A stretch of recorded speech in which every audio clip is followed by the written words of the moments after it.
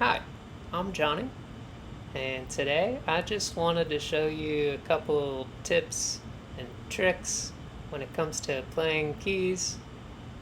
Things that I've learned probably the hard way. uh, but yeah, I just want to share what I know with you. So this Sunday I'm playing "Yes I Will" on keys, and that song is basically the same chord progression the whole time, and so it starts with piano, stays in for the whole song, except for like the drum bridge where the drums take over. Other than that, man, the piano is just going the whole song, and I gotta make it sound interesting. So I'm gonna show you a couple of ways you can do that, and the main way is altering the dynamics of my playing to match the dynamics of the song. So I think the first trick, if you will, to do that is by limiting the octave range. So let me play you an example of what I mean. So let's say we're playing the verse.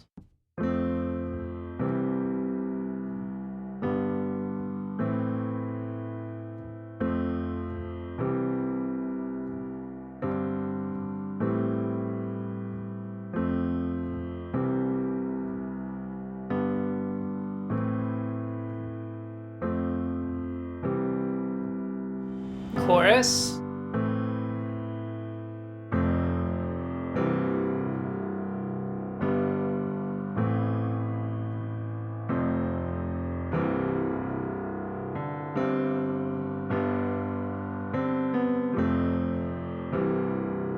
Okay, you get the idea. So basically, the difference between those sections is I just added the lower octave on my left hand. Normally, we play with octaves the whole time, uh, but for this, I think it's better to take away an octave to start, and then when you add it, it's like, oh, it's full, it's big, it's different, it's it's no longer missing. It has an impact. So I think that's probably the first thing is be mindful of how low you're going, and when you're using octaves versus when you're just doing one note. Okay, so let's say that's just an example of the dynamic range. Okay, I can take it one step further. So let's say I'm playing in I got my left hand already in octaves.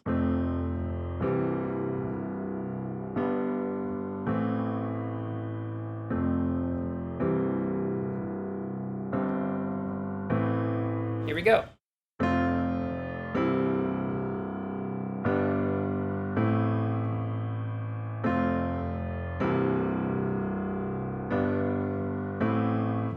So what I did is I kept my left hand doing the same thing, and I moved up my right hand like one inversion.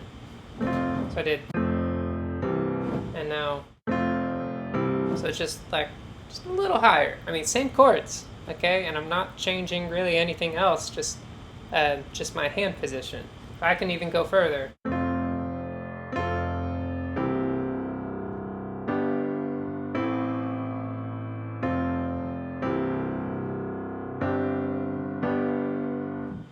Or even further.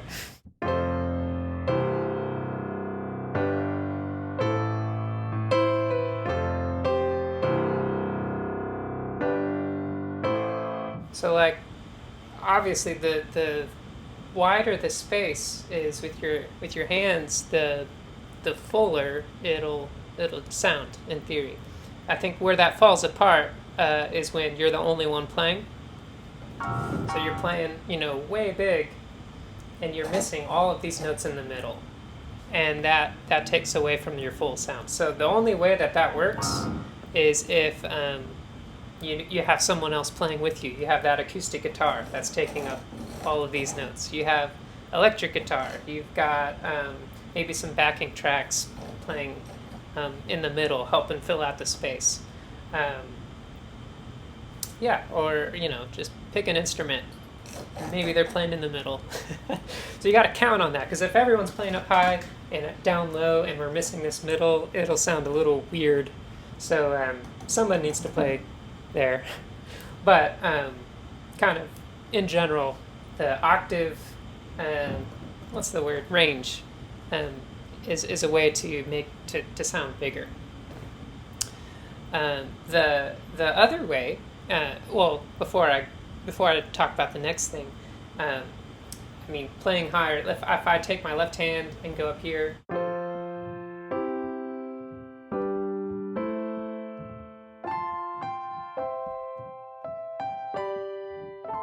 so I'm playing up high. It doesn't mean I'm playing bigger. That because my left hand is all the way up here, the range is still as small as it was on the verse. You know what I mean? So it's what makes it sound big is when you separate your hands, playing deep octaves here and some chords up here. That does it. Okay. So second trick, if you will, to add dynamically to your sound is rhythm. So when I get to the bridge, let's say, or I'm in the chorus, I'm going to go to the bridge. Should be.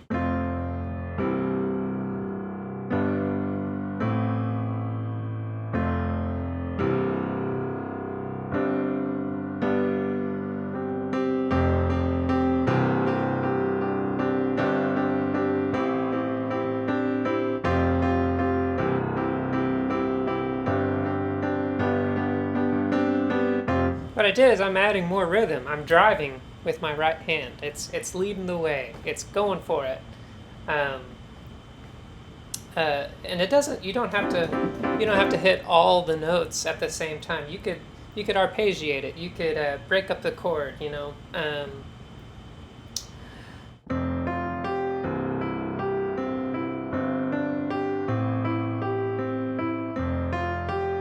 I don't know, like.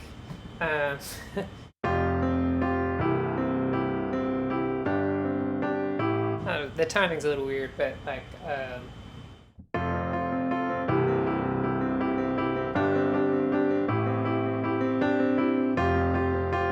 I don't know. I don't know what I'm doing at this point. I'm just adding rhythm is really what I'm thinking of.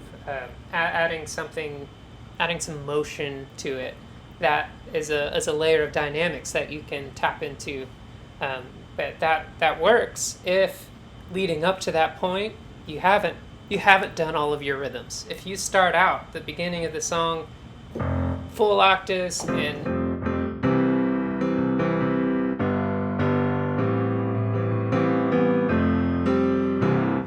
and you got nowhere to go because you're already playing as full as you can.